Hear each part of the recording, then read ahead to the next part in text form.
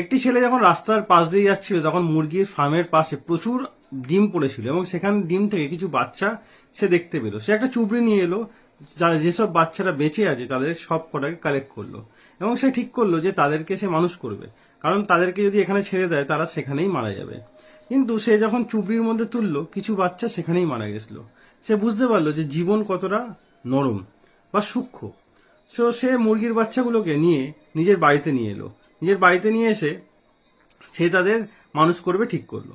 তো কিছু মুরগির বাচ্চা খুবই খুবই দুর্বল ছিল, নিজে থেকে খেতে পর্যন্ত পারতো না। তো সে নিজের হাতে তাকে খাইয়ে দিত এবং সে বুঝতে পারলো যদি সময় মতো তাদের ঠিকঠাক যদি সে না নিয়ে আসতো তাহলে হয়তো তারা সেখানেই মারা যেত। তো তাদের জল পর্যন্ত সে হাতে করে খাওয়াতো। তো আস্তে আস্তে তারা বড় হতে শিখলো এবং নিজে খাবার শিখলো এবং তাদের সে খাবার দিত এবং নিজের হাতে করে তাদের সঙ্গে খেলতো এবং মুরগির বাচ্চাগুলো সবাইকে খুব ভয় পেত, তার হাতটাই মুরগির বাচ্চাগুলো সুরক্ষিত মনে করতো। এবং ছেলেটি যখন ভিডিও গেম খেলতো বা টিভি দেখতো তখন তারা ছুটে তার কাছে চলে আসতো এবং সে হাতের মধ্যে নিয়ে তাদের সঙ্গে প্রচুর খেলতো এবং তাদের খুব যত্ন করতো।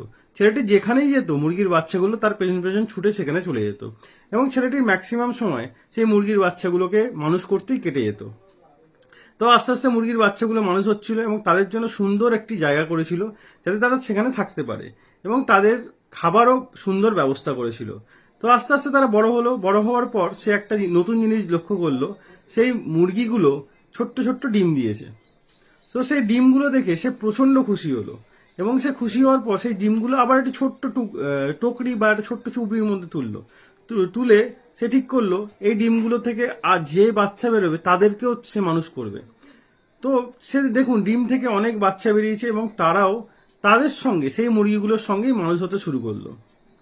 তো ছেলেটি নিজের কর্মের প্রতি প্রচন্ড খুশি হলো, কারণ ছেলেটি যদি মুরগির বাচ্চাগুলোকে না নিয়ে আসতো তাহলে তারা বাঁচতো না।